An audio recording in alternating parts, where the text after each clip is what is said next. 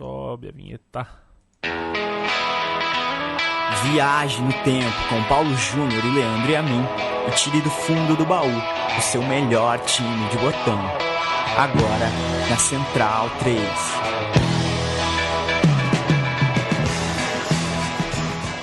Paulo Júnior, você tá com o Zap aberto aí? Tô com o Zap. Na tela? Tô com o Zap. Tá com o Zap? Então, eu separei, eu não quis colocar no roteiro, não quis mostrar nada antes. Vai pingar pra você uma foto aí no Zap, tá? Te enviei aqui, pingou uma foto aí no Zap. Quero saber se você lembra disso. Era o boneco do Paulo Nunes. Você lembra disso? O Diabo Loiro. Um boneco do Paulo Nunes. Eu acho o boneco uma coisa horrorosa, né? Tudo com essa cara de susto, cara de cadáver que tem boneco. Eu espero, inclusive, morrer de olho fechado, né? Essa coisa de morrer de olho aberto me deixa um pouco... sei lá, não gosto de boneco, Paulo, mas o boneco do Paulo Nunes é especialmente bizarro, né? Não tem nada a ver com o Paulo Nunes.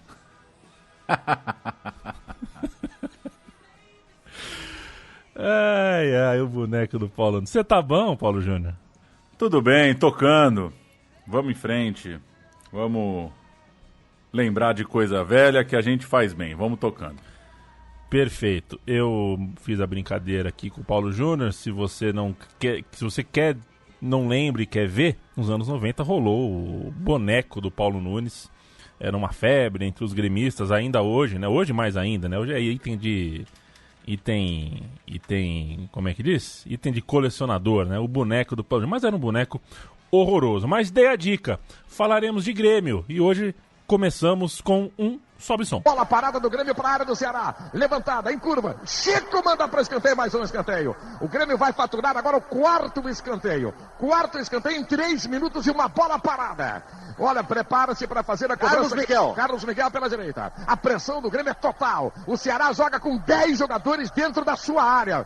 Atenção, prepara-se Carlos Miguel. Carlos Miguel levantou. Bola alta, de cabeça. E é gol! Nildo! Gol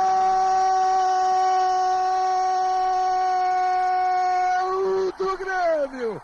Na pressão, para não deixar o tempo correr, o Grêmio decidiu logo e foi para cima. Nildo, 3 minutos e meio, Nildo, o goleador do Grêmio, jogador revelação do Grêmio nesta Copa do Brasil, Grêmio 1, Ceará. Esse é o gol do título do Grêmio, Copa do Brasil de 1994. Em casa, 1-0 pro Grêmio, 1-0 apertado contra o bravíssimo Ceará. Olha o Grêmio, Danley, Ayup, Paulão, Aguinaldo e Roger. Pingo, Jamir, Emerson, o Emerson ombrinho do Penta, e Carlos Miguel. Fabinho e Nildo, o autor do gol. O técnico Luiz Felipe Scolari. O Ceará jogou com Chico, Ronaldo, Ayrton, Vitor Hugo e Claudenésio, Mastrilo, Ivanildo e Eloy, Catatal. Acho que todo Catatal era ponta direita, né? Jerônimo... Esse trio de ataque é o trio de ataque mais sonoro da história da Copa do Brasil. Canta de novo, só o trio da frente aí. Catatal, Jerônimo e Sérgio Alves. Assim, só pelo nome... Você não tem dúvida de quem faz o que aí, né? Sim, o Catatal é o driblador. Tá apertado, bola no Catatal. Bola no Catatal, que ele vai tocar o terror. Quem empurra pra dentro? Sérgio Alves. É claro, né? Sérgio Alves não vai se meter em qualquer bacanal na ponta esquerda. É o empurrador de bola. Gosto muito desse ataque. E te interrompi, faltou o treinador, era o Dimas Figueira. O Ceará, que já contamos aqui, né? Já. O Ceará do começo dos anos 90, finalista da Copa do Brasil. Vice-campeão da Copa do Brasil. A partir dessa partida, desse Grêmio 1, Ceará 0, a gente vai contar uma história. A história do Grêmio entre 94 e 96 é uma testada do Nildo que abriu caminho para que o tricolor gaúcho jogasse a Libertadores, em 95 ganhasse a de Itacuja e em 96 faturasse o pleito nacional. Entre as duas taças, um Mundial perdido em Tóquio, estaduais na galeria de troféus e muitos ídolos, como diria Bruno Cururu. O Grêmio 94, 95, 96 é a história, Pablito. E um Grêmio muito influente, né? Eu tava aqui dando uma passada pelo roteiro, né? E pensando um pouco em Luiz Felipe Scolari, inclusive para aquecer aqui pro programa, eu tava ouvindo o podcast do pessoal lá, dos camaradas da Comebol Libertadores, que tocaram uma série de podcasts especiais sobre os títulos brasileiros, né? E ouvi lá o do Grêmio. E é muito louco, né? Como esse time, ele não só é marcante pro Grêmio, como ele tem um legado pro futebol brasileiro, né? É claro que as coisas não são exatamente dessa linearidade, mas a construção da figura do Felipão e todo um legado que a gente tem de treinadores gaúchos, inclusive na seleção brasileira, né? A gente vai para 15 anos só com treinadores gaúchos à frente da seleção brasileira, não é pouca coisa. E claro que falar treinador gaúcho não é falar tudo a mesma coisa, né? A gente tem muitas referências a seu Enio Andrade, sempre citado por vários desses treinadores. E no caso do Felipão, especificamente, uma comoção, uma idolatria muito simbólica pelo Carlos Froner, né? Pelo capitão Froner, né? Um treinador que seria a grande representação ali do que o Felipão acredita de bola, do estilo que o Felipão pensou em seguir na carreira de treinador. O Carlos Froner é também do interior gaúcho, tem campanhas de destaque em clubes pequenos, né? Ele tem uma história muito legal com o Aimoré, por exemplo. Depois dirigiu o Grêmio, dirigiu o Flamengo, foi campeão no Bahia, treinador muito, muito rodado, né? Muito importante, treinou da virada para os anos 50 e foi até os anos 90, uma carreira muito longa. E nessa mistura, que a gente não vai entrar aqui em detalhes, daria para citar também o Brandão, né? Ídolo de Palmeiras e de Corinthians, enfim. É uma série de treinadores gaúchos que vão dando numa série de treinadores gaúchos hoje, né? Na atualidade do futebol brasileiro. O Felipão com essa relação muito forte com o estilo do Froner.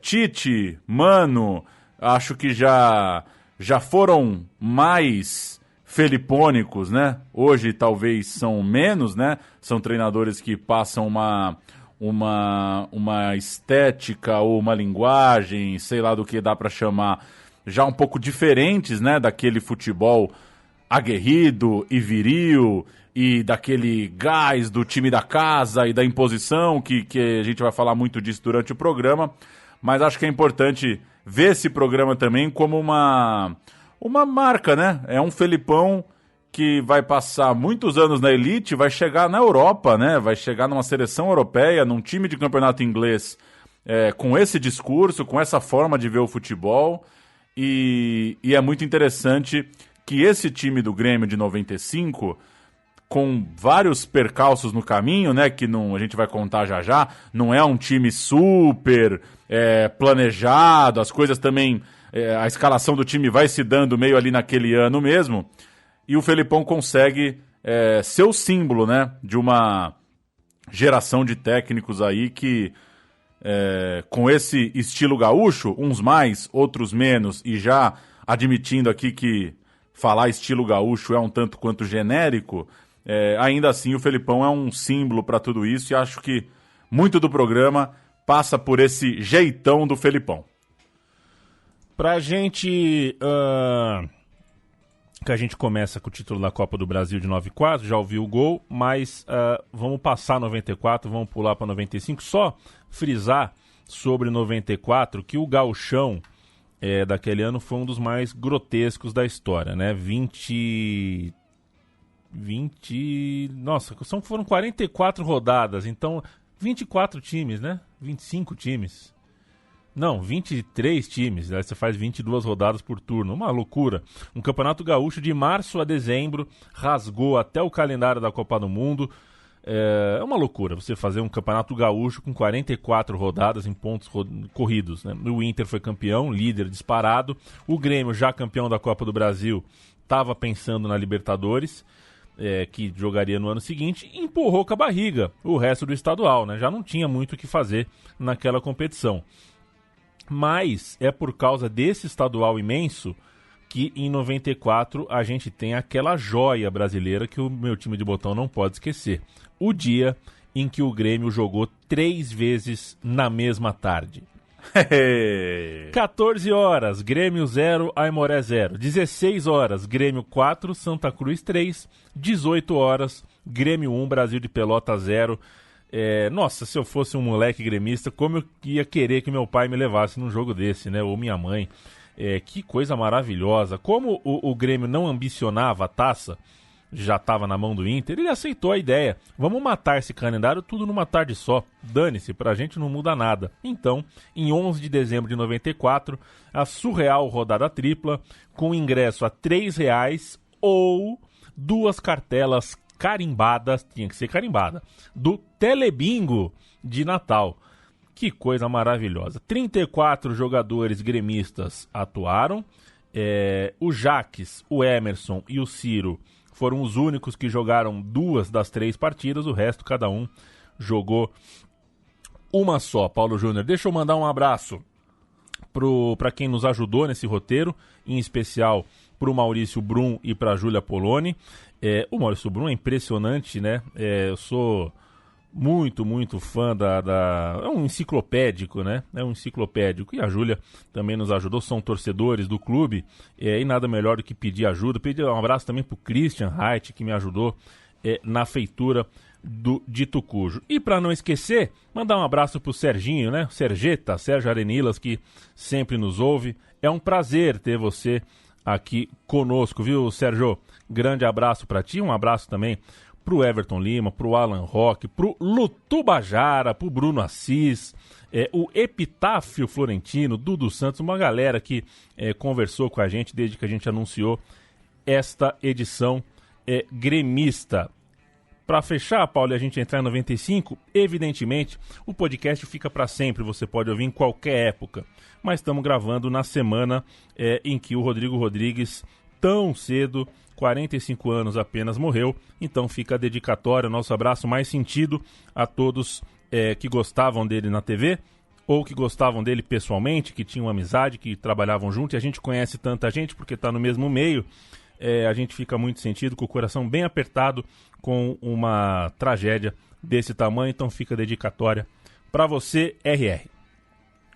Pois é. Seguindo o nosso barquinho aqui, Mercadão pro ano de 95. Do time de 94, né, que você cantou aí uma escalação na final da Copa do Brasil, Aguinaldo, zagueiro, que foi bem, e o Pingo, volante, foram bem vendidos. O Flamengo estava com dinheiro para gastar. Com a grana desses dois, deu para contratar uns 8 caras.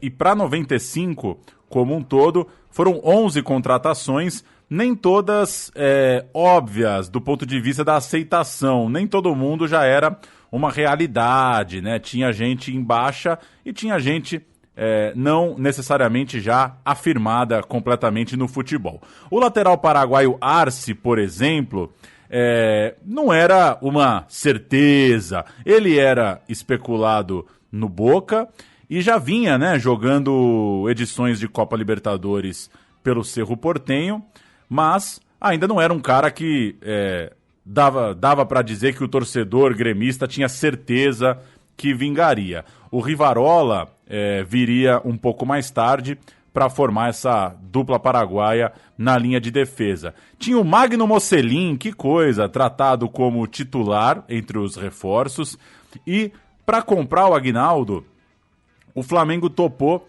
emprestar 2. Um era o Magno e o outro foi o Paulo Nunes, que chegou para ser, a princípio, reserva do time. Mas o Magno se machucou, ele teve uma lesão no joelho, e foi o Paulo Nunes quem acabou assumindo a vaga, conquistando o Felipão. Ou seja, comecinho de 95 não era uma garantia, longe disso, que o Paulo Nunes seria titular do time. O Felipão gostava, isso sim, do Wagner Mancini. O Paulo Nunes, ele tinha reserva, mas o Wagner Mancini, ele adorava, tinha tudo para ser o cara do meio de campo. Mas uma grave lesão, ainda no começo da temporada, tirou o Mancini do pôster e abriu espaço para o canhoto meia Arilson. Era o jogador da base, né? estava ali esperando uma chance, não estava totalmente formado, né? Tinha um fiozinho solto no comportamento ali, tinha algo a amadurecer ainda, mas a chance apareceu naquela hora, era aquele Arilson que tinha que jogar, não o Arilson do futuro. Atrás do Arilson jogava o Luiz Carlos Goiano, um ídolo de Novo Horizonte, que já falou com a gente aqui na Central 3, no meu time de botão, e ele estava jogando no Remo. O Goiano tinha uma proposta do Botafogo, segundo ele até mais vantajosa economicamente, mas ele escolheu o Grêmio por estilo. Ele achou que ele ia se dar melhor com o Felipão. Ao lado do Goiano, jogava o Dinho, o sergipano Dinho, campeão mundial com o São Paulo, sabia o caminho da glória, estava no Santos, saiu da Baixada Santista para defender o Grêmio. Atrás deles ainda, na zaga, tinha o Adilson, que não deixou muita saudade no rival, né? Ele jogou no Inter antes, vinha de uma fratura na tíbia, então fisicamente ele também era uma interrogação. Sem muito alarde, ele chegou do Atlético Mineiro para o Grêmio. Danley, Roger e Carlos Miguel eram todos da base, eram pratas da casa, estavam no time de cima, Felipão contava com eles. Um elenco, portanto, arriscado, né? Vários nomes aí que tinham chance de dar errado, que não davam certeza nenhuma para o torcedor. E não tinha ninguém voando, né? Tava todo mundo no mais ou menos ali. Por último, um nome que não pode faltar e que é peça fundamental nessa montagem, Jardel.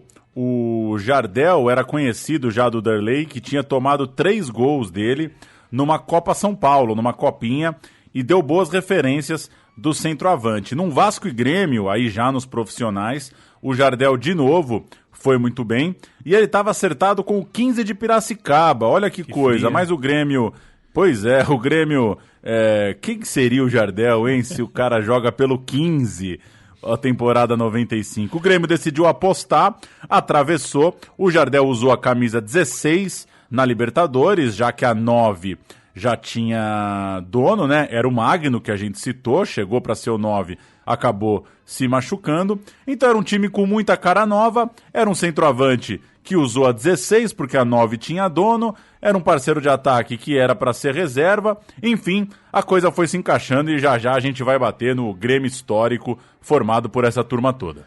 Estreia na Libertadores, Palmeiras 3, Grêmio 2, um jogo que o Edmundo jogou muito, foi um jogo de altíssimo nível. O Palmeiras, Veloso, Índio, Antônio Carlos, Kleber e Roberto Carlos, Mancuso, Flávio Conceição, Paulo Isidoro, que não se chamava Paulo Isidoro, era um apelido do Paulo, né? O apelido dele era Paulo Isidoro, e Valber, Rivaldo e Edmundo, técnico Valdir Espinosa, o Marlon Brando. Ídolo Esse é o Palmeiras ruim da época, né? O que é uma loucura, é o piorzinho dos 4 anos. O Grêmio com Danley, Arce, Luciano, Adilson e Roger, Dinho, Goiano, Wagner Mancini e Carlos Miguel, entrou o Magno, Paulo Nunes e Jardel, o técnico Scolari. No mês de março, tem uma viagem para o Japão para jogar a Taça da Amizade e isso rendeu $25 mil, que eu não tenho ideia se vale a pena. Vale a pena jogar um amistoso no Japão por $25 mil em 95? Vender o Aguinaldo por $600 mil. Então 4 vezes 6, 24 Aguinaldo. 24 Aguinaldo para dar um pulinho no Japão. Sou louco pra ir no Japão, viu, cara? Mas essa vida é tão louca, né? Eu sou louco também. Que eu não sei se vai rolar, né, cara? Vai saber, né? E o jogo foi 2-1 contra o Verde Kawasaki, que aí eu te conheço, você calculou exatamente pra cair comigo a escalação de um bom time do Verde Kawasaki. Fujikawa, Ishikawa, Pereira, Nakamura e Tsunami. Tsunami, que é uma loucura na lateral esquerda. Hashiraya, Kitazawa e Bismarck, aquele, né? There's only one Bismarck, pelo amor de Deus, não tem outro Bismarck, né? Fuyoshi, Fubi e Alcindo aquele, espero, técnico Nelsinho Batista, sempre ele. O Grêmio alinhou com Derlei, Arce, Luciano, Adilson, Roger, Dinho, Goiano, Mancini, Carlos Miguel, Arilson de Paula Nunes e Jardel. Quando voltou, teve os compromissos contra os estrangeiros, né? Vale lembrar que a Copa Libertadores naquela época tinha 2 times por país, e aí você já fazia o bonde completo. Deu aquele pulo no Equador, 2-2 contra o Emelec. O Paulo Nunes marcou o primeiro, o Jardel marcou o segundo, e 2-1 no El Nacional, gols do Arce, primeiro de falta, depois de pênalti, esse já no estouro do cronômetro. Ainda assim, o Grêmio voltava com 4 pontos da viagem ao Equador, fundamentais, né? Afinal, tinha perdido na estreia do grupo. O Silvio Luiz narra, o pênalti é uma voadora, é um pênalti bizarríssimo, surreal, o pênalti que o goleiro do El Nacional cometeu. O Arce ganha o jogo e o Silvio Luiz narra pra gente. Pênalti! Penalidade máxima contra o Nacional aos 49 minutos e 40. Atenção, Porto Alegre, que pode ser a vitória do Grêmio aqui. Prepara-se Arce para a cobrança de pé direito. Olho no lance. É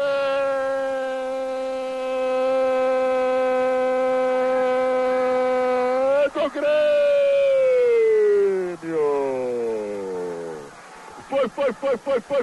Foi ele. Arce, o craque da camisa número 2. Esporte. O retorno da Libertadores pro Grêmio tava beleza. 3 jogos em casa.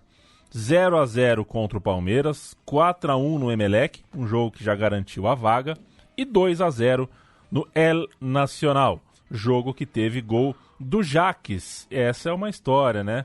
Gol do Jaques, ele era reserva, só que a arbitragem, não sei se por má caligrafia ou força do hábito, colocou na súmula Jardel, não Jaques. Olha, eu não tinha pensado na coisa da caligrafia, hein? Jaques, o cara, né, assim, na terceira letra eu também já começo a dar uma garranchada, né? Então. Principalmente se eu tiver que preencher uma súmula cansado. Vai ver o Jaques pareceu o Jardel e o rapaz que passou a limpo, porque alguém passa limpo a súmula, né? É. Alguém tem o famoso passa limpo. Ou mete o papel carbono, hein? O papel carbono. Você acha você acha que o saudoso Ciro Casanova do Palmeiras comeu a súmula mesmo uma vez? Essa é muito boa, uma né? lenda, eu te interrompi, desculpa. A história é que o Jardel ele nem tem um jogou, gol né? a mais, tem um gol a mais do que fez, né? Na verdade, nessa edição de Libertadores, né? Em alguns lugares. Quer dizer, o registro oficial tem um gol a mais pro Jardel, mas quem for procurar, quem for assistir os gols, vai encontrar um gol a menos, né? Exato. O Jaques até hoje, o Jaques que agora tem uma imobiliária em Mojimirim, ele sempre lembra, não, quem tava naquele jogo fui eu, o gol foi meu, não foi do Jardel. Mas é isso, tem um gol fantasma na história, o Jardel nem estava em campo, mas pro juiz ele marcou um gol. 11 pontos do Grêmio ao todo, insuficientes para a liderança. O Palmeiras foi líder com 13, o Grêmio em segundo com 11. Emelec fez 5 e o Nacional, eliminado, ficou com 4. Nas oitavas de final, o Olímpia, Paulão. Só lembrando, nessa coisa de Brasil e Equador, foi nessa que o Edmundo ficou preso, né? Foi. Chutou o cinegrafista ao fim de El Nacional e Palmeiras. E agora eu não vou saber exatamente se ele dormiu uma noite na delegacia ou se ele é liberado no próprio dia. Ficou preso no hotel, né? É nessa ida brasileira ao Equador.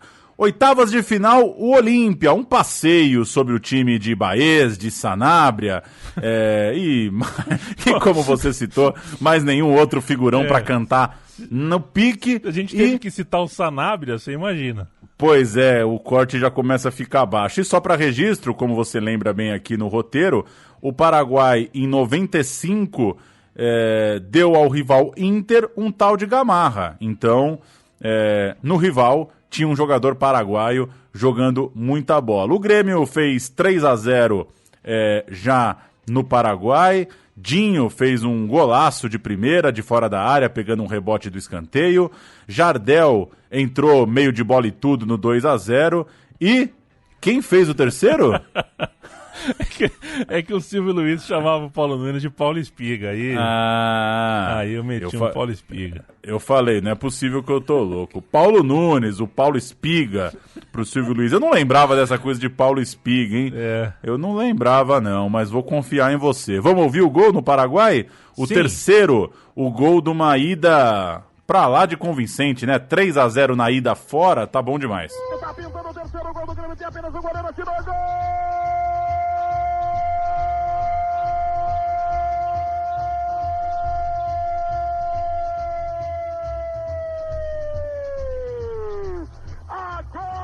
Goleada! E agora os paraguaios começam a deixar os defensores de um saco. Eles não acreditam no que estão vendo, porque pretensiosamente alguns jornais indicavam que o Olímpia iria fazer score no Grêmio. Novo erro, nova dose de incompetência na defesa do Olímpia. Dinho pega a bola, dá no Paulo Nunes, que na saída do goleiro faz 3-0. Silvio Luiz chamava o Marcelinho Carioca de Marcelinho Spitfire e o Paulo Nunes de Paulo Espiga. Mas a gente gosta porque tá na nossa... Era divertido, né? Tinha seu talento ali, mas pegar o jogo velho com o Silvio Luiz, a última coisa que tem é informação, né? Ele reage aos lances, né? Ele não narra, ele vai reagindo. Ai, ui, é uma loucura. Na volta, Grêmio 2-0, já tava com a vaga na mão, 2-0 sem sufoco e... quartas de final garantida, era hora de reencontrar o Palmeiras que bateu o Bolívar. Quem era o goleiro do Bolívar, Paulo? Trivia? Nossa, o goleiro do Bolívar de 95, eu não tenho ideia. Nocono, goleiro camaronês. Nocono. Goleiro Bolívar de Nocono. Um dia contado aqui no meu time de botão. Estávamos em maio de 95 e esse jogo, Palmeiras e Grêmio, só seria no fim de julho. Um hiato do tamanho do mundo para a expectativa de torcedores ansiosos, como são os gremistas.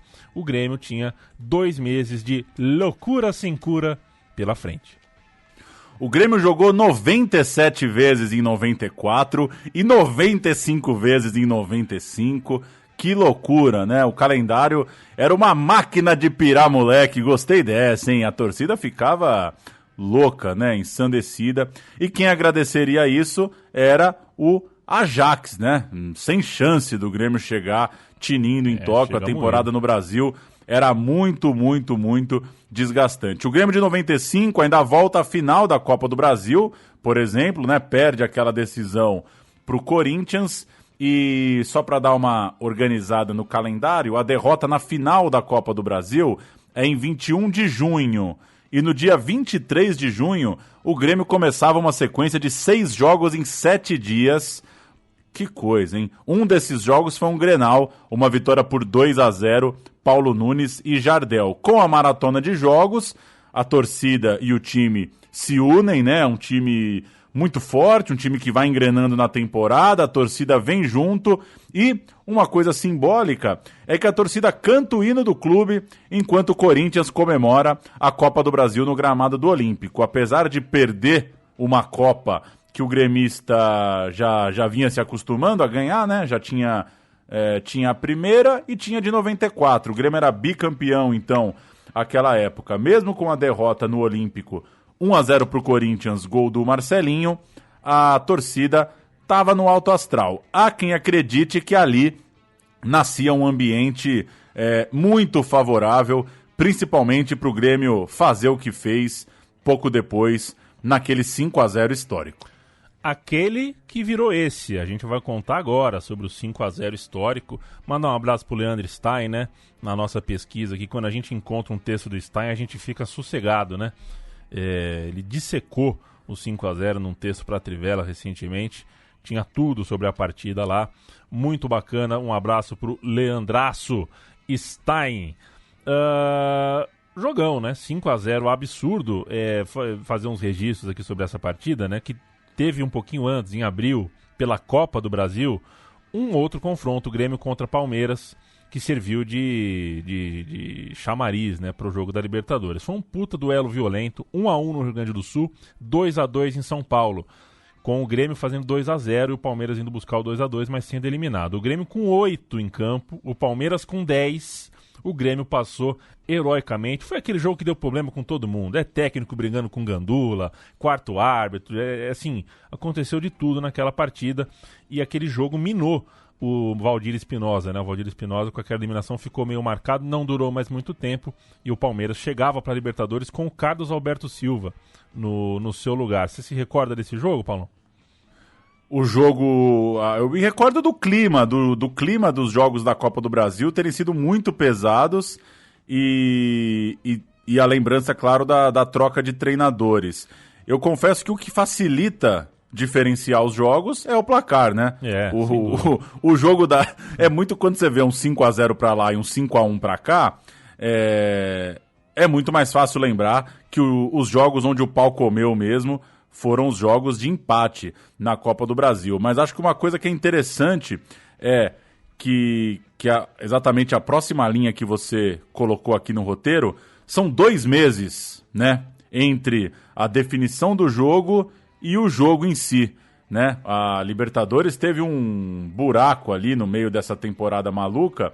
O Grêmio joga contra o Olímpia no finalzinho de abril e comecinho de maio, e os jogos contra o Palmeiras já são no final de julho e começo de agosto. Então é muito tempo e tudo que rolou nos jogos da Copa do Brasil serviu para aquecer o duelo.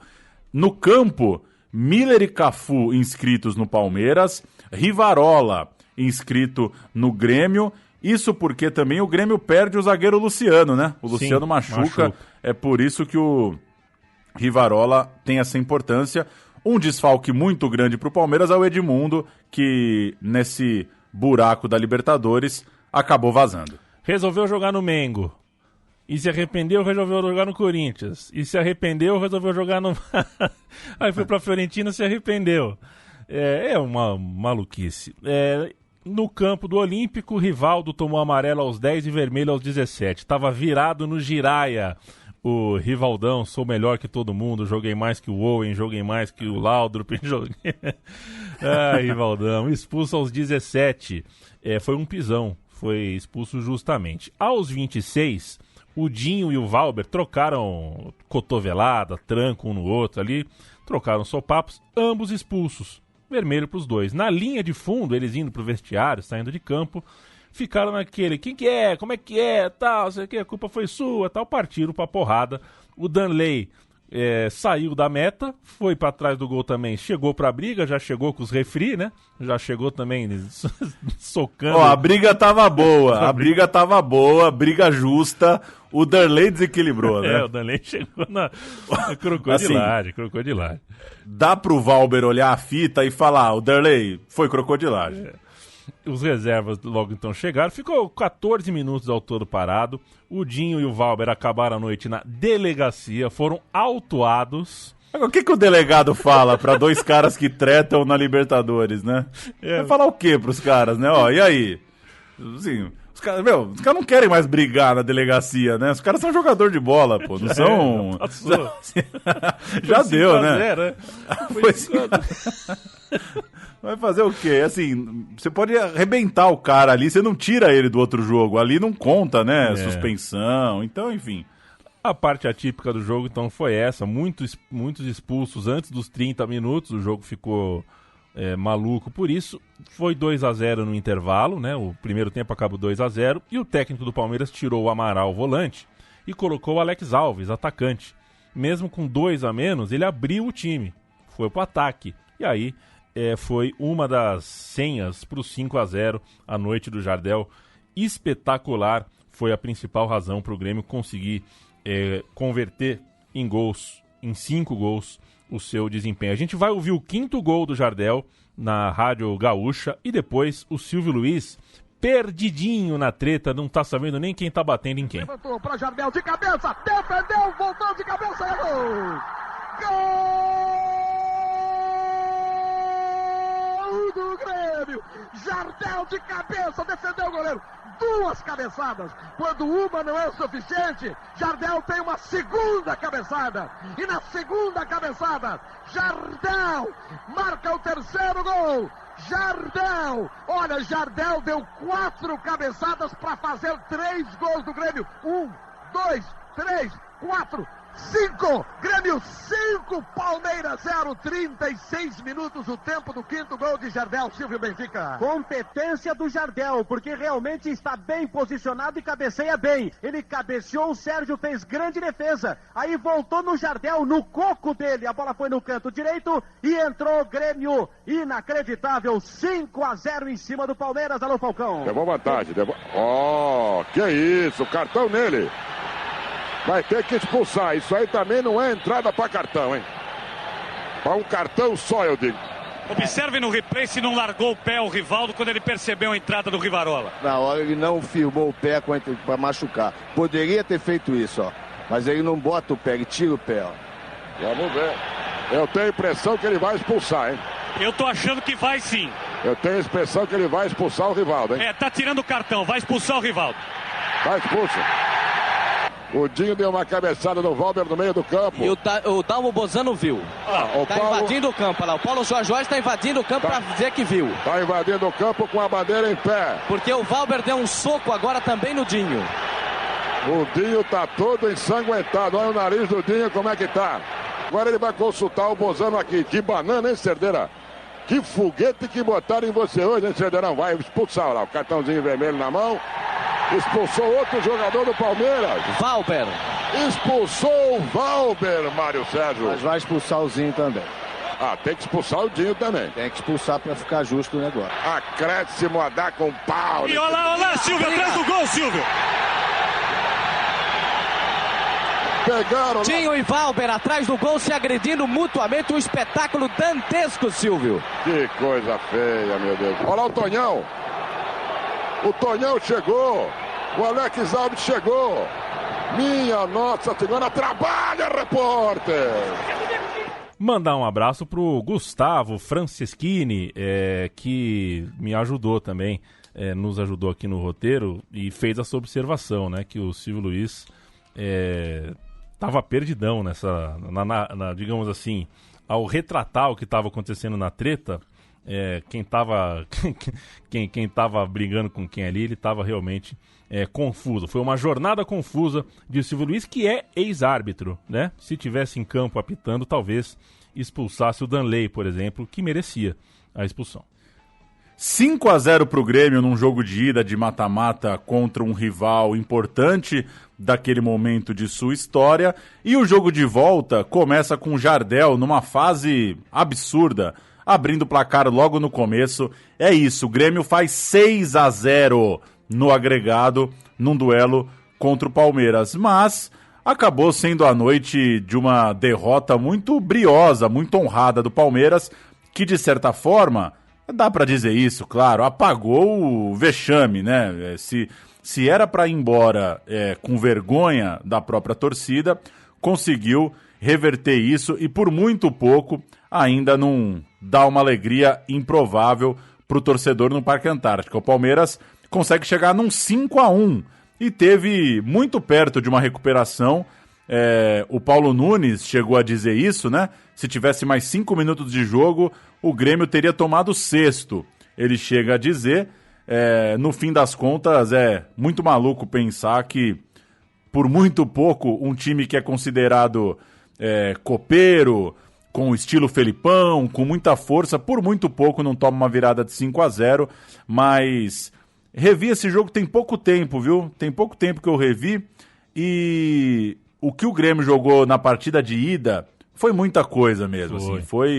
Foi um massacre que, claro que o Palmeiras buscou também seus gols na volta, mas seria um golpe muito duro. O que o Grêmio fez no jogo de ida foi muita coisa para classificar. Enfim, 5-0 para um lado, 5-1 para o outro. O Grêmio acaba o jogo com uma estranha sensação de alívio, né? Quem abre 6-0 não deveria estar aliviado, deveria estar, sim, tranquilo com a vantagem que abriu.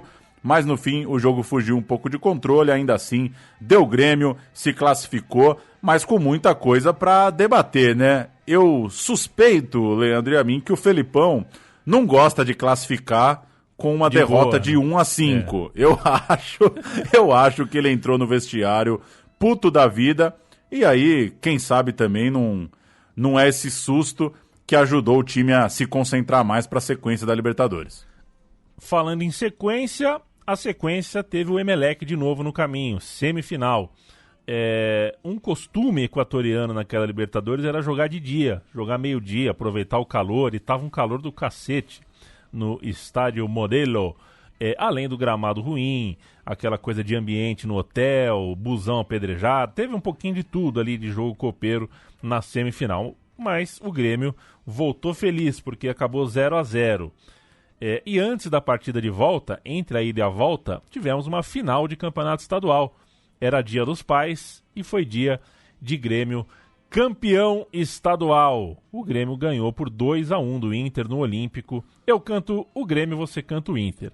Silvio, perceba que é um time misto, né? Um misto quente aí do Grêmio. Silvio, Marco Antônio, Luciano Rivaroli Roger, Dinho, Gelson e Wagner Mancini, Paulo Nunes, Nildo e Carlos Miguel.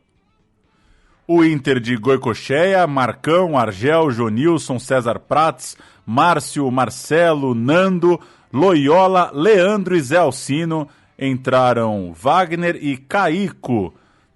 Que coisa, hein? Perder um título, né? Num Grenal para um time poupando alguns jogadores. Não deve ter pegado muito bem pro lado colorado. A gente vai ouvir o gol do Carlos Miguel, gol do título gaúcho, no domingo com semi de Libertadores na quarta, e emendandinho, o Falcão, na segunda-feira, pós-título, o Falcão entrevista o Felipão na televisão, e o Felipão fala um pouquinho sobre o que espera da semifinal contra o Emelec. A bola sobrou para o Nildo, Carlos Miguel invadiu a área pela esquerda, feito! Gol!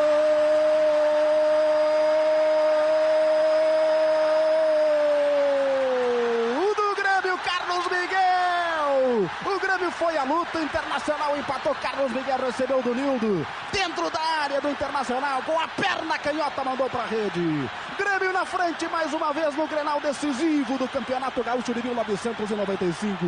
8 minutos e 30 do segundo tempo no Estádio Olímpico. O torcedor do Grêmio faz a festa na arquibancada, explode de alegria. Filipão, você estava falando em termos táticos do Grêmio para esse time do Emelec. Você acha que nesse jogo você vai esperar o Emelec ou vai marcar mais em cima? Porque você escolhe um risco que o Ivan, o Hurtado, cabeceia muito bem. Você tem que estar longe da área com aquele jogador. Mas eu acredito, nós vamos fazer a marcação intermediária. Intermediária. Porque lá nós sofremos com o calor. Mas aqui eles vão sofrer um pouquinho com os 50, 60 mil espectadores que deverão se fazer presente. E com a equipe do Grêmio, embalada agora com essa vitória no Campeonato Gaúcho, jogando um pouco mais à frente, bem mais à frente do que nós jogamos lá. Embalada. O Felipão, então, prometeu jogar pra frente, jogar numa abafa. Sei. Então. Tô brincando, viu? Aliás, deixa eu aproveitar pra dizer, esse time do Grêmio era muito bom. Era, você. Acho que o Felipão faz por merecer a fama de loucura, aguerrido, família, todos no mesmo objetivo. Ele joga muito bem esse jogo, né? Da motivação, da firmeza, da guerra psicológica e às vezes pegou uma fama um pouco exagerada, né, de carrancudo, coisa do tipo. Faz por merecer, ele gosta do personagem. Mas esse time do Grêmio era muita bola, né? É só prestar atenção na escalação, é muita gente que trata bem a bola.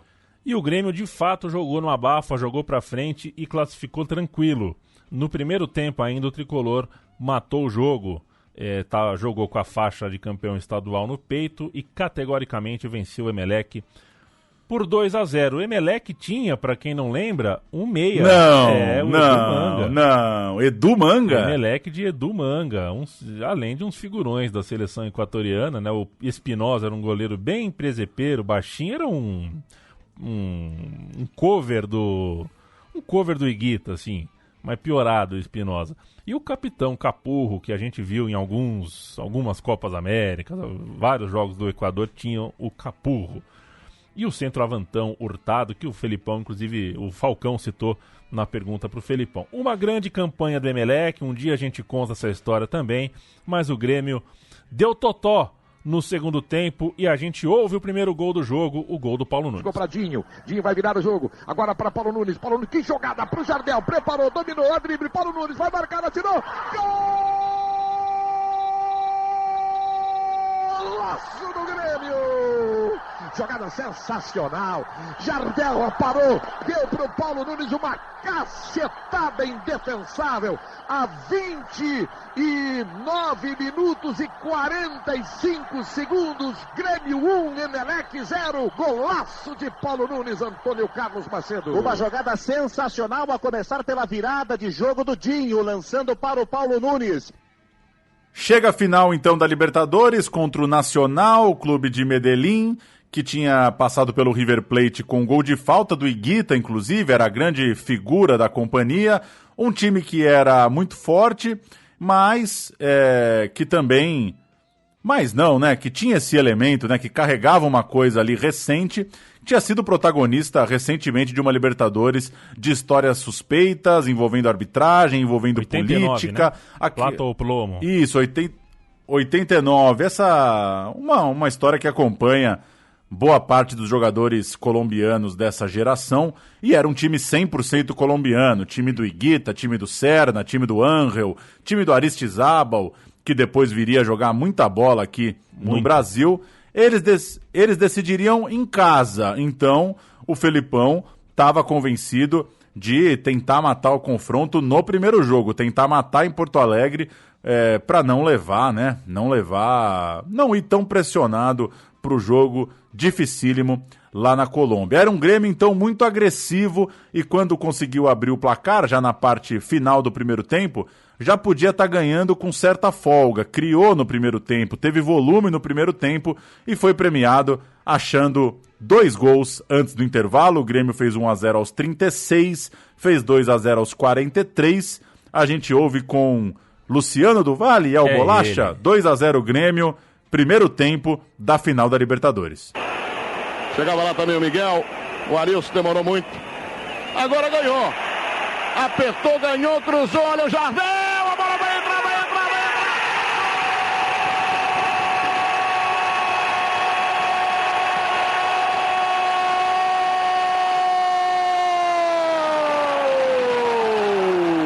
É do Brasil! Marulanda contra.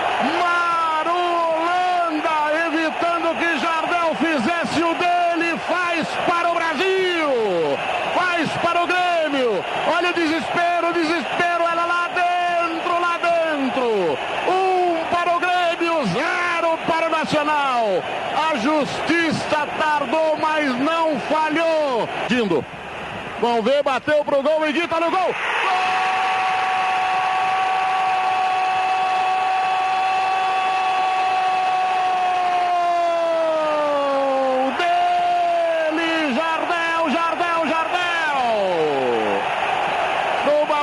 Batida do Higuita ficou fácil demais para o artilheiro Jardel. É do Brasil, é do Grêmio.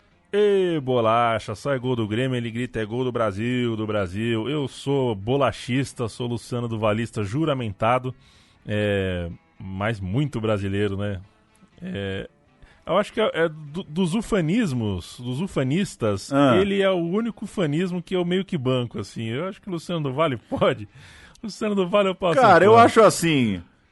Eu topo discutir, mas depois do jogo de vôlei na chuva, aí eu não...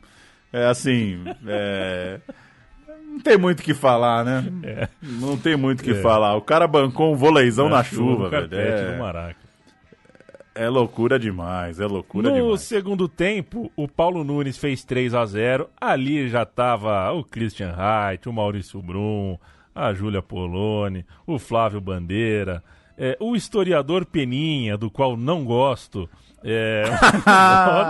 Não gosto.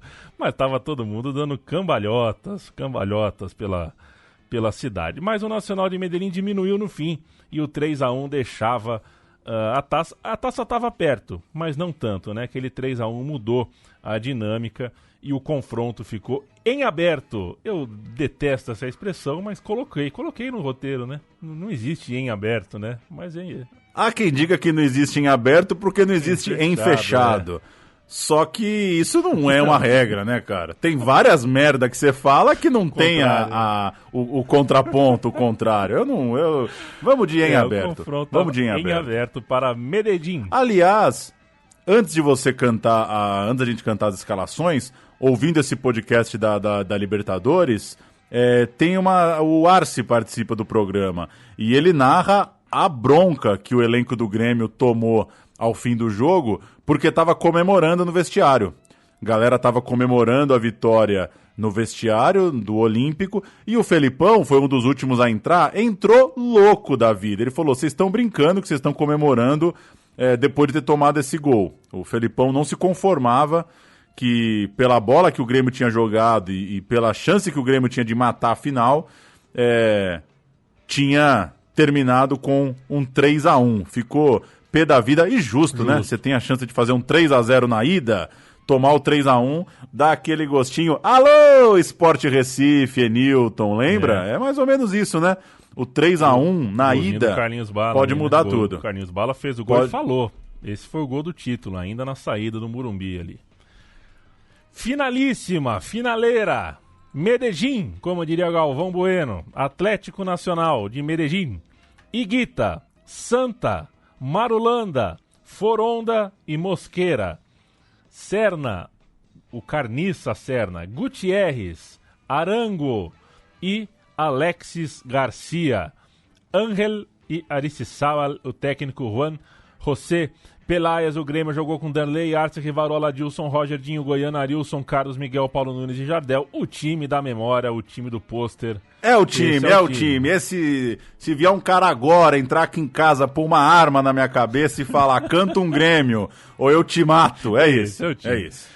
O Aristizábal fez 1-0 aos 12 do primeiro tempo e o jogo ficou pendurado, né? Ficou até o fim por um gol. Mais um golzinho do Nacional e a Libertadores já não estava mais no colo do Grêmio. Só que no finzinho, aos 40 do segundo tempo, é pênalti pro Grêmio. O Dinho bateu, guardou, foi pro abraço, Grêmio campeão.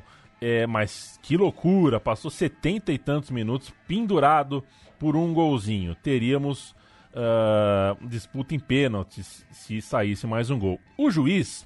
E pra quem gosta de final de jogo sul-americano, depois do gol do Dinho não tem mais jogo, né? É aquela coisa, quem tiver um dia triste aí na quarentena, bota o finalzinho, Grêmio e Atlético, que não acontece nada. É uma capacidade de fazer não acontecer nada no jogo, que o Dinho, cara, tem uns caras, né, meu, que teve aquela coisa que é um pouco batida, né, que, no 7-1 do Brasil, né, faltou um cara pra parar quando tava 3-0. Às vezes isso parece meio papo furado, mas um time pra ganhar uma Libertadores tem que saber fazer isso, né?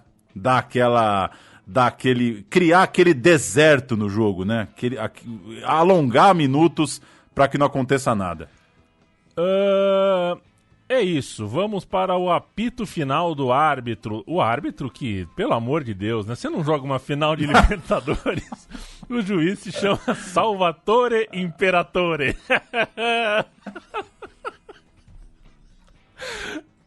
Não dá. Um abraço pro Júlio César, o Imperador, o nosso amigo que sempre nos ouve. Júlio César. Não é esse, né? É o Júlio César. O Imperador é o Twitter dele, ele sempre nos ouve, eu mando um abraço pra ele. Mas não dá. Cara, o Júlio César foi pra Copa no Brasil jogando no Canadá, velho. É muito maluco isso, é muito maluco.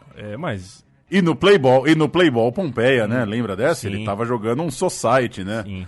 Outro dia, antes da Copa. Que coisa. Nome, não lembro quem foi que falou, mas Salvatore Imperatore é tipo o nome que o Hermes e Renato dá pra personagem, né? Não dá pra um cara se chamar Salvatore Imperatore, mas ele apitou o fim do jogo e a Guaíba narra pênalti e gol do título agora. lado esquerdo é para Alexandre. Lá vai Alexandre, área dentro, atenção, derrubada, me pareceu pênalti. Penalidade máxima para o Grêmio. O Grêmio é bicampeão sul-americano. Num pênalti marcado a 39 minutos de partida da etapa final. Pênalti claro, pênalti visível. O Grêmio tem nas suas mãos o bicampeonato sul-americano. 24 minutos do dia 31 de agosto. O Grêmio vai ser bicampeão sul-americano. Atenção, grande nação tricolor e preparação para a ação. Partidinho para a direita, Adivine!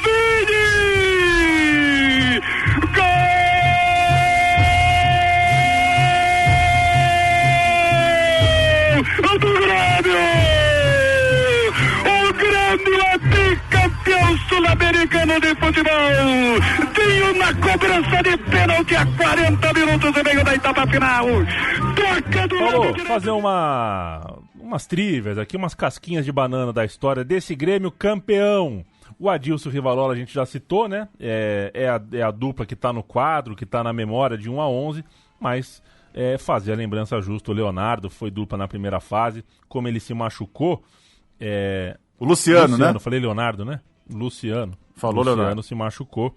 E aí chamaram o Rivarola. Como chegou depois, ele usou a camisa 24 na inscrição. E os gremistas lembram disso. 24! Os gremistas lembram, em 83, na outra campanha campeã da Libertadores, quem usou a 24 foi o Mazzaropi, o goleiro. Na mesma situação, ele chegou depois, pegou a camisa 24 na inscrição e foi importante na fase final. Então tinha acabou virando uma mística aí, né? A mística do 24 que chega depois. Só que isso não aconteceu na campanha do Tri. O 24 era só o goleiro reserva mesmo. Uma outra traição da memória era a icônica camisa do Grêmio, né? Que é a tal, igual... todo torcedor tem a sua camisa dos anos 90, 80, que é a PAN, a camisa que vale mesmo. E a camisa do Grêmio é a camisa da Renner, né? Só que até as quartas de final, o Grêmio era patrocinado pela Coca-Cola. A Renner estreou nas quartas de final na camisa do Grêmio. Estreou no 5-0?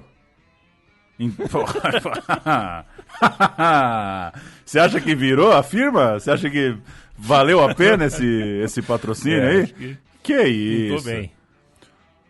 Com tantos jogos, tantas competições, a gente já falou de um calendário pesado, é normal que time reserva e até time de juniores, esses times acabam entrando em campo, né? Acabam jogando aqui e ali. O Fábio Koff chegou a dizer uma frase: a Libertadores é o prato principal, a Copa do Brasil é a sobremesa e o Gauchão é o cafezinho. E o brasileiro, ele cagou e andou. O time de cima, cascudo, né? Forte, poucas vezes entrou em campo pelo Campeonato Gaúcho. Ainda na final, né? Mesmo na final, a gente citou há pouco, o time é um mistão, né? Poupa alguns jogadores, ou, para usar um termo da época, um banguzinho, né?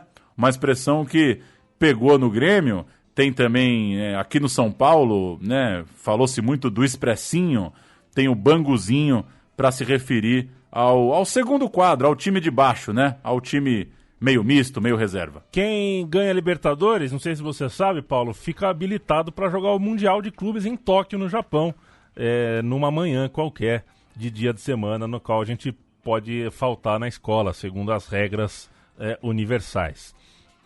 Mas é mundial ou é Toyota? Vou esperar meu neto para ver o que ele pensa. Esperar ele nascer. A gente já contou a história do Ajax, inclusive contou 2 vezes, né? Porque somos 2 lesados. E certa vez falamos, vamos contar a história do Ajax? Vamos, fizemos o roteiro, tudo de novo. E a gente tinha esquecido que já tinha feito, já tinha feito o roteiro, gravado um programa sobre o Ajax e publicado. Essa aberração gerou uma coisa que também muito nos orgulha, o Excel, né? Hoje a gente tem uma tabela de Excel. Eu meto aquele Ctrl F. Espero que a gente não tenha feito um programa do Grêmio de 95 pois antes. É. Pelos olhos dos holandeses, a gente já contou. Faltava contar a narrativa gremista. E a gente está aqui contando. É um pouco de tudo isso que a gente citou, né? Um tempo muito frenético, com muito jogo, muito racha, elenco imenso, vestiário lotado, com o moleque da base, 3 jogos ao mesmo tempo, enfim. Como sempre, os times brasileiros chegam em Tóquio e tem nome especulado para o jogo, né? O Edmundo, por exemplo, foi bastante falado no Sul. Ia jogar, ia chegar, não sei o quê. O Grêmio, que em 83 foi campeão mundial, trazendo, por exemplo, o Mário Sérgio, que arrebentou Craque! Arrebentou em Tóquio, jogou muito, junto do Renato Gaúcho, que também foi cogitado, o Renato Gaúcho, né? O Mário Sérgio já era técnico, né, de futebol, mas o Renato jogava ainda e valeu pelo menos a epifania, né, de pensar no Renato voltando para Tóquio para jogar pelo Grêmio. O Renato, aliás, naquele 95 foi o ano do gol de barriga. Ele jogou pelo Fluminense, fez o gol do título estadual mais importante da história do Flu, o gol de barriga, e jogou pelo Grêmio uma vezinha em 95. É perturbador pesquisar os anos 90 do futebol brasileiro, porque tem histórias não tem fim, né? A Copa dos Campeões Mundiais, isso era um torneio que juntava São Paulo, Santos, Grêmio e Flamengo no meio do ano, os 4 campeões mundiais. O regulamento permitia que cada um dos 4 pudesse inscrever um ídolo das antigas. Pode escrever aí. E o Renato foi pro jogo. Então tem o Renato Gaúcho jogando um Grêmio e Flamengo. Só que o passe do cara era do Fluminense, mas ele fez uma jam session, ele fez um freela, fez um jogo ali pelo Grêmio e deu passe pro gol do Jardel. Um dos gols da partida foi passe do Renato Gaúcho, gol do Jardel. Então é isso pra história. O último jogo do Renato Gaúcho pelo Grêmio, ele era o jogador do Fluminense. Hoje não dá pra imaginar isso acontecendo, mas aconteceu em 95, ele usou a 7 gremista, óbvio, o Paulo Nunes que se virasse com qualquer número de reserva, e esse é o tipo de trivia que eu jamais imaginei que tinha acontecido. Obrigado, meu time de botão, por me trazer esse tipo de história. E o Felipão não foi louco de deixar o Renato no banco, só né? Faltava. Inventaram o campeonato só pra isso, praticamente. É um campeonato inventado pra galhofa, Exato. né? E aí foi com o Renato. Renato que, aliás, tinha feito dupla de ataque com o Paulo Nunes no Flamengo, né? Eram companheiros de Flamengo. Em Tóquio, 0-0 e derrota nos pênaltis. Aquele Ajax duríssimo de Canu, Finidi, Litmanen, Kluivert, ou Kluivert, ou Kluivert. É o nome com mais variações no jornalismo esportivo brasileiro. É o do atacante holandês. Frank de Boer, Blind, o Van der Sar no gol, David, Seedorf, o time do Ajax, né, dessa geração tão querida em todo o planeta, né, uma geração holandesa tão reverenciada em todo o planeta, levou o Mundial. E começa o 96 falando que uma das principais histórias era envolvendo o centroavante. Fica Jardel? Essa era a grande pergunta no Grêmio e mais do que isso, né, envolvendo a torcida do Grêmio naquela virada para 96. Era uma vaquinha mesmo, uma campanha para arrecadar grana para que ele não fosse embora. Tinha doação por telefone. Os anos 90 era o paraíso do 0900, né? O atual caloteiro da Rede TV, né? O dono da Rede TV, o careca bobão lá, o casado com a Luciana Gimenez, ele fez fortuna com isso, né? Ele era um dos implementadores da tecnologia do 0900 no Brasil. Hoje ele tem uma televisão, para você ter uma ideia de como o 0900 era forte nos anos 90 do Brasil. E a tentativa era, através do 0900, segurar o Jardel. Era uma campanha ambiciosa, só que foi breve. Durou só 10 dias, deu para ver que não ia rolar o valor correto. E, abrindo aspas aqui para o 0 Hora, o torcedor do Grêmio tem 10 dias para doar ao clube $1,5 milhão para comprar o passe do Jardel. O apelo foi formalizado ontem à tarde pelo presidente gremista Fábio Koff, com o lançamento do plano de contribuição à ajuda da Fica Jardel. A ajuda da torcida pode ser em forma de telefonemas. Olha o número, 0900 7800 09, ao preço de R$ 3 a ligação. Importância debitada em conta. Outra alternativa é a aquisição do bônus no valor de R$ 5 e R$ 10. Eram canhotos, né? Canhotos, tipo do Papatudo, da Telecena, que podem ser encontrados nas casas lotéricas. Resumindo, você podia ir na lotérica, pagar o Jardel. Cara. É uma loucura, né? Isso era agosto de 95. O Jardel jogava no Vasco, ele foi formado ali no Vasco. O futebol japonês estava de olho. O Grêmio recebeu, no fim das contas, a ajuda de parceiros outros, não dos próprios torcedores no 0900. Conseguiu segurar o Jardel até o meio de 96. Deu tempo de tirar uma onda, ganhar mais um estadual, mas a campanha do título de 96 brasileiro não teve o Jardel. Paulão, vamos para 96. 1996, o Grêmio então consegue segurar o Jardel por mais um tempo e trouxe sem tanto alarde o Ailton, o cara que fez o gol de barriga do Renato, o que é maravilhoso, né? O gol mais famoso, não é o mais... O Renato fez gol de título mundial, o Renato é bola de ouro, campeão brasileiro, mas o gol mais pitoresco da vida do Renato não foi dele, né? O que torna tudo ainda melhor. Mas veio o Ailton, o cara do chute, que resvala na pança do Renato. O gaúcho de 96 seria de novo vencido pelo Grêmio, inclusive 4-0 sobre o Juventude na final. Um gol do Ailton que não bateu na barriga de ninguém e 3 gols do Jardel, que ali se despedia. E que baita despedida. O Jardel tinha feito 2 gols na ida, depois fez 3 na volta. O terror do Juventude, né? Até hoje você vai em Caxias do Sul, você não pode citar o nome do Jardel. 5 gols naquela final, um deles num voleio absurdo num escanteio do Arce. É o voleio daquela foto, tem uma foto famosa do Jardel, assim, que é um voleião, né? Muito bom de bola o Jardel. Já fizemos o programa pro Jardel, né? Ele é em Portugal. Já fizemos, Jardel em Portugal. Bom programa. Um dia a gente vai ter um cara só na mixagem que quando falar isso, vai entrar um programa antigo já. Faria muita falta pro Brasileirão. O Jardel era um senhor centroavante e a gente ouve então esse golaço do Jardel na despedida dele, indo embora campeão estadual. Para a cobrança do escanteio, foi pra bola, suspendeu, Jardel atirou gol! Gol!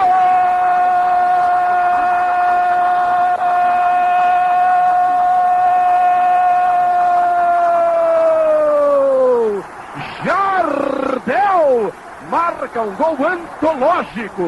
No meio de toda a defesa do Juventude, ele levanta a perna direita e dá um raquetaço, marcando um gol sensacional. Há exatamente 2 minutos de partida. Chegou para ser revisto 1000 vezes em todos os canais de televisão do mundo. Jardel faz esse golaço. Repita comigo, torcedor do Grêmio. O nome do gol é Jardel. 7 minutos faltam. No dia seguinte do título, a televisão gaúcha tinha o Paulo Santana. Eu não sei qual era o cargo do Paulo Santana, mas ele estava todo vestido com faixa, o agasalho do Grêmio, tomando café, porque o Fábio Koff disse que o estadual era o cafezinho, né? E com um vidro de leite Parmalat ao lado, que era uma brincadeira com o Juventude, né? Ele falou, não, hoje é café com leite, porque... para brincar, né? O Juventude estava incomodando ali, porque estava nos seus anos de Parmalat. Não vamos contar a história do Juventude da Parmalat, até porque, no meu entendimento, o Juventude virou uma... Era um Palmeiras B pirateado ali.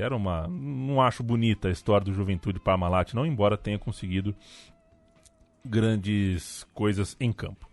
Antes de falar de Brasileirão, citar que nas Copas o Grêmio continuou chegando, mas não nas finais. Chegou em semifinais. Na Copa do Brasil, parou por Palmeiras, o famigerado Palmeiras de 96, que passava por cima da maioria dos seus adversários, mas não passou pelo Cruzeiro, ficou com o vice-campeonato. Já o Jardel, né, inclusive nessa semifinal contra o Palmeiras, fez um gol nos acréscimos, polêmico, aparentemente legal, que levaria o jogo para os pênaltis. O Grêmio foi provavelmente prejudicado.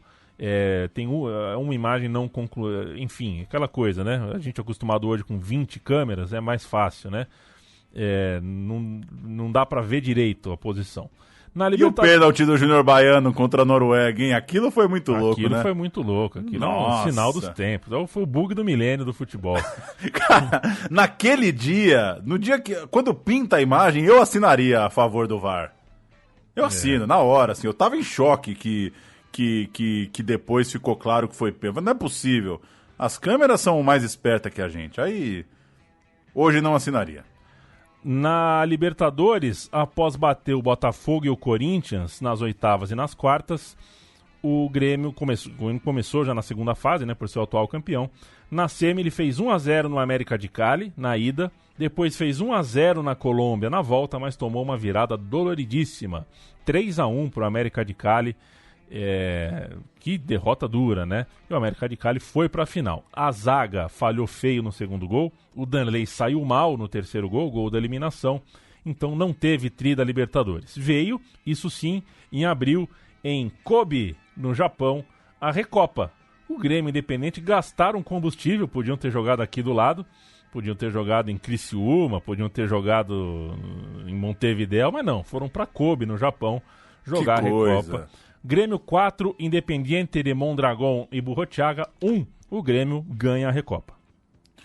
Mais uma edição daquela Copa dos Campeões Mundiais, depois um pulo em Tenerife, outro em Colônia, um rolê na Holanda, aquele meio de ano maravilhoso brasileiro, você quer se esbaldar no RSSSF, no Wikipedia, na porra toda, é julho nos anos 90, tudo acontecia e, finalmente, vem a estreia no Campeonato Brasileiro. 3-1 no Criciúma, fora de casa, gols de Goiano, Paulo Nunes e Zé Afonso, que surgia como um dos candidatos a novo Jardel, assim como Saulo, outro atacante que chegou no Grêmio. Nem ele, nem também o Zé Alcino, nenhum dos dois conseguiu chegar num nível de Jardel, mas o Zé foi bem, dá pra dizer que teve um desempenho legal. Depois, 6-1 no Bragantino, 2 gols do Zé Afonso, vem depois mais 3 empates na sequência e sai a primeira derrota. Na continuação do campeonato tem um 5-0 no Atlético Mineiro, 2 gols do Zé Afonso, e depois tem um Grenal no Beira-Rio que o Grêmio vence por 2-1, ou seja, é um começo, apesar de não ter o Jardel, né? A gente tá falando muito disso porque ele era o grande fazedor de gols do time. Ainda assim, o Grêmio começa a jornada no Brasileirão conseguindo vencer seus jogos, conseguindo bater os rivais. Você citou Grenal, vamos de Grenal. Paulo Nunes faz um gol de bike. É meio bike, meio puxeta, mas no Grenal vira bicicleta. Ele fez de bicicleta e imitou um Saci Pererê na frente da torcida do Inter. É a picardia de Paulo Nunes. Vamos lá. Aí o posicionamento dentro da área do Internacional, vai ser autorizada a cobrança do Arce. Aí o Arce meteu a bola para a área, tá subindo o Adilson. Há perigo no lance, Paulo Nunes soltou! Gol!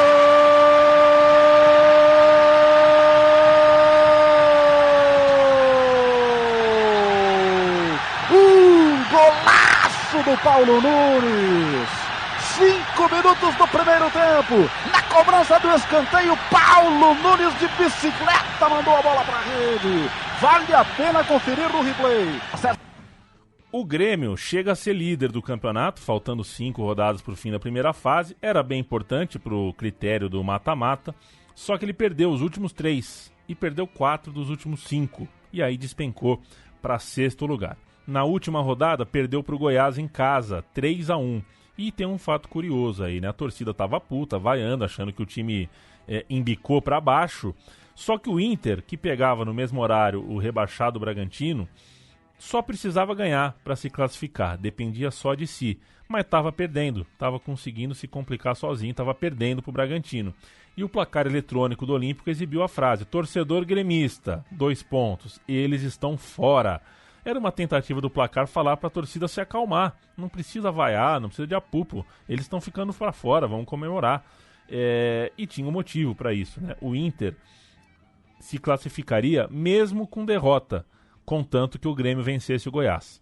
Então, de alguma forma, a derrota do Grêmio para o Goiás eliminou o rival. O Grêmio perdeu em casa para o Goiás. Teve gente até que falou, não, isso é marmelada.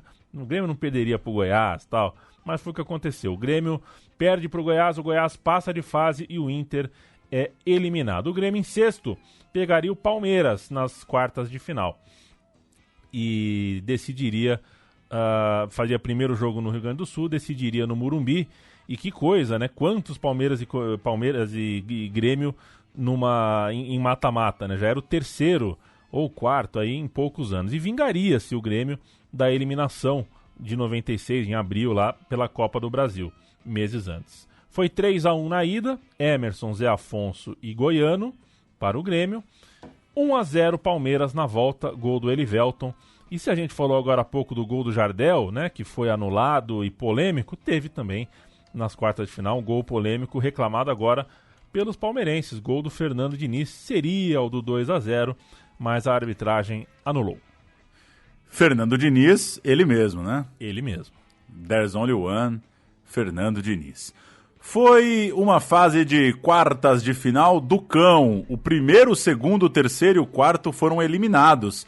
Pelo quinto, pelo sexto, pelo sétimo e pelo oitavo. A turma de baixo tirou a turma de cima. Numa semifinal, Português e Atlético Mineiro. O dia que teve aquela loucura no Canindé, né?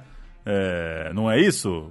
Quebrar o carro da Globo, não tem um negócio desse? Não me recordo disso não, mas tem um negócio desse, né? E na outra semifinal, Grêmio e Goiás. O mesmo Goiás que tinha vencido aquela rodada final e tinha roubado a vaga do Inter, né? Como você citou há pouco. Mas dessa vez não deu erro, o Grêmio era mais time, 3-1 em Goiânia, Arce, Emerson e Paulo Nunes, 2-2 no Rio Grande do Sul, em Porto Alegre, 2 vezes, Adilson, um gol de cabeça e um gol de pênalti. Ainda assim o Goiás saiu na frente no Olímpico, chegou a dar um susto, estava na frente primeiro com o Lúcio, depois estava na frente com o Evandro. Goiás teve 2 vezes na frente do placar. Ainda assim, o Grêmio passava com um empate, chegava na final para pegar a Portuguesa. Jogo de ida, Morumbi meio em reformas, cheio de gente que não torcia para a Portuguesa apoiando a Lusa aqui em São Paulo.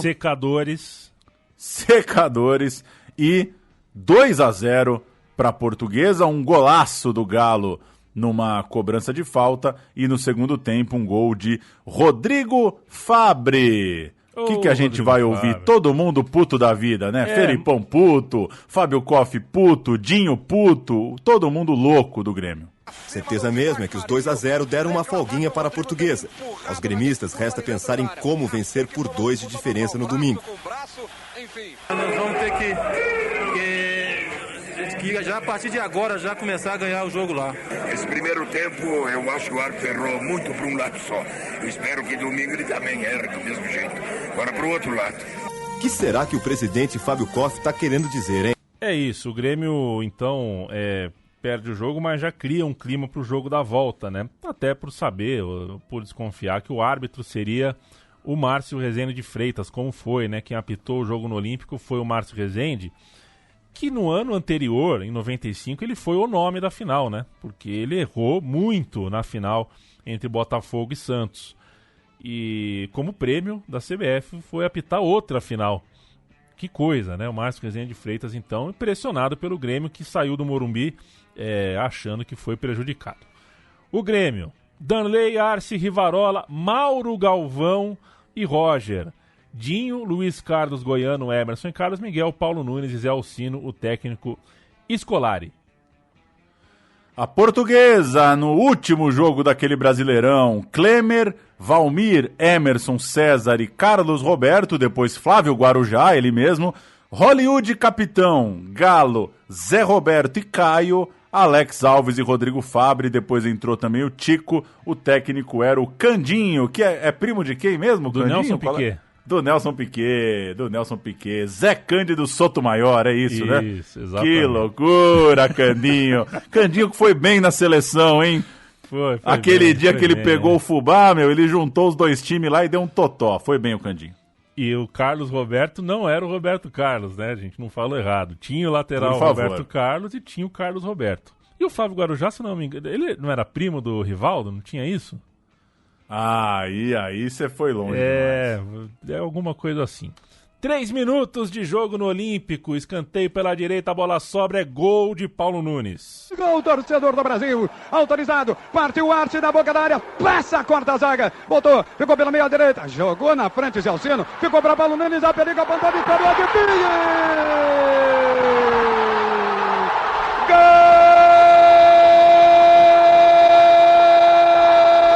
Gol do Grêmio! Às 19h06 do dia 15 de dezembro de 1996, o Grêmio Futebol Porto Alegrense começa a ser bicampeão brasileiro. Paulo Nunes de perna esquerda estufa os cordéis da cidadela de Kleber. A grande nação tricolor dá abraço à felicidade e mergulha numa alegria. E o jogo vai, o jogo anda, aos 32 do segundo tempo, entra em campo o Ailton. A torcida não gostava do Ailton, era uma relação complicada, pegava no pé do cara. Mas tem nego que é predestinado. Aos 40 do segundo tempo, lançamento, a bola vai para a linha de fundo, mas a zaga da Portuguesa espana desnecessariamente para dentro da área. E o Ailton, na entrada da área ali, bate de primeira, peito de pé, é gol. No tempo normal, estão faltando 5 minutos e meio para os descontos de 4. Bola levantada na área, voltou para Ailton, emendou a divide!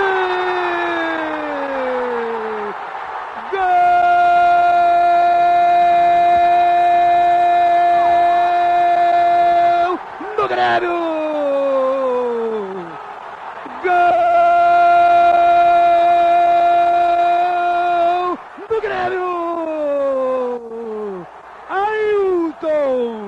Eu disse pra você, Ailton, eu escrevi pra você, Ailton, 40 minutos de partida da etapa final, faltando 13 minutos para as 9 da noite, no dia 15 de dezembro de 1996, Grêmio Futebol Porto Alegrense, bicampeão brasileiro de 1996.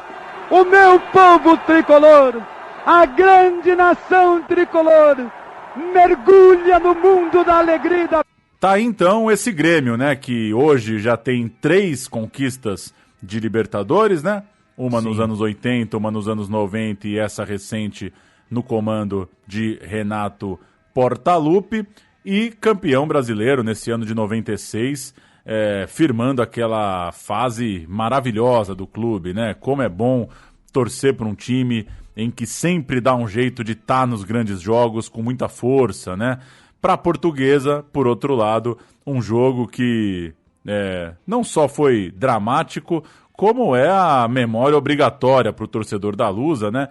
Teve ainda ali um respiro, né? Nos anos seguintes, mas é o grande momento, né? Era esse o título que a Portuguesa tinha que ter ganhado se pudesse dar um jeito, né, de voltar no tempo. Esse era o título que podia ter deixado a Portuguesa num patamar maior. Não sei se seria suficiente, mas qualquer torcedor da Lusa vai lembrar com muita tristeza dessa derrota. E o Felipão tem muito mérito, né? Principalmente, a gente falou bastante disso, por achar um ataque sem o Jardel, né? Perdeu um cara com essa força pro elenco, né? Essa referência, né? Todos os jogos importantes tem gol do Jardel, e ele acha esse novo time de 96 já bastante mudado, com outras peças, e dá um jeito de bater campeão brasileiro.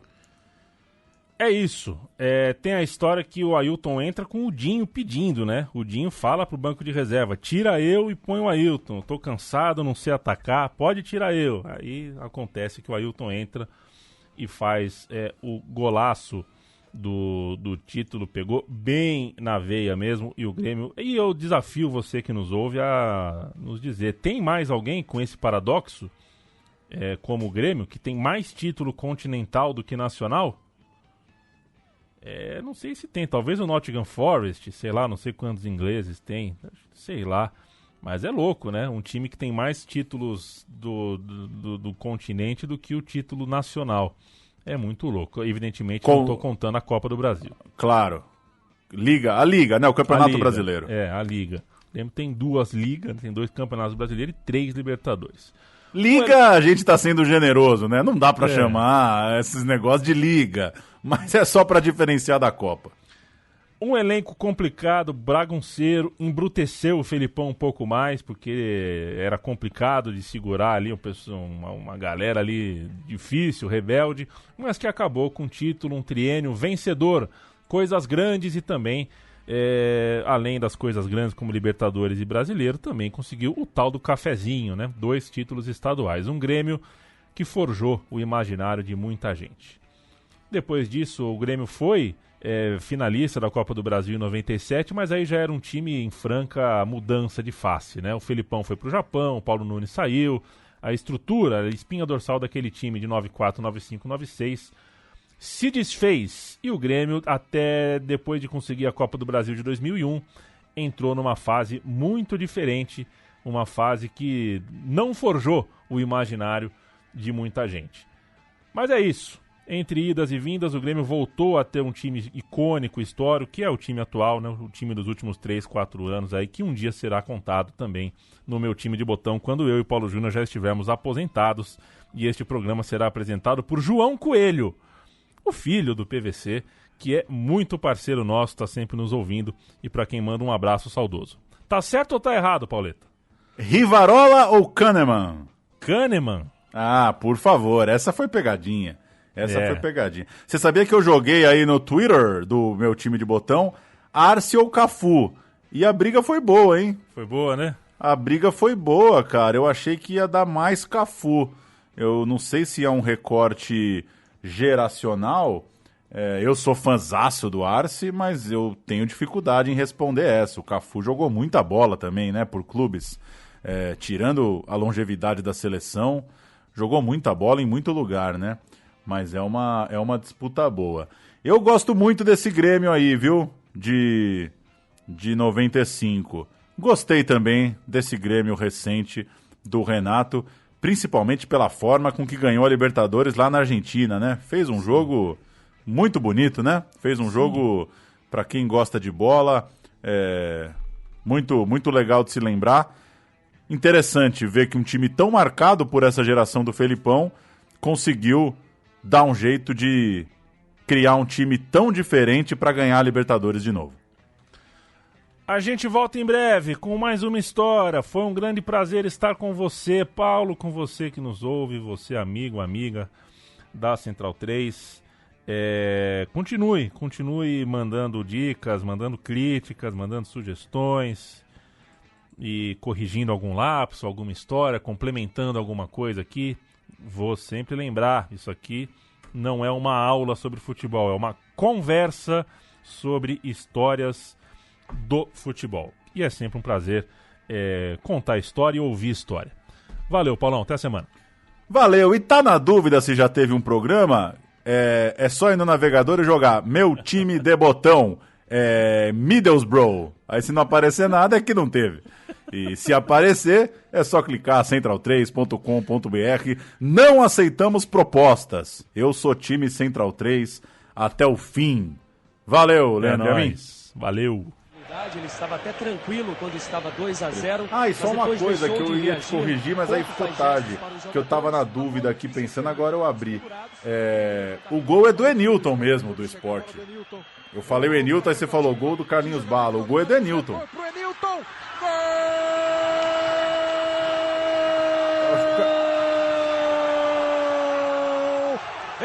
É ele que chama a responsa, mas o gol é do Enilton. Beleza? Valeu. São os detalhes.